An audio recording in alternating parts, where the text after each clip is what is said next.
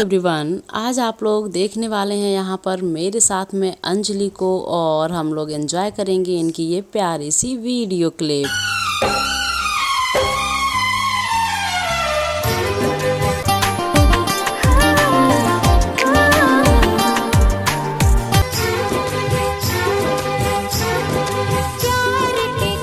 दोस्तों, कैसा लग रहा है आप लोगों को अंजलि को इस तरह से देखते हुए? और अंजलि ने ये वीडियो पब्लिक प्लेस में बनाई है तो आप लोग समझ ही सकते हैं कि कितना हेजिटेशन लगती है, लेकिन फिर भी आप लोगों के लिए ये प्यारी सी वीडियो अंजलि की।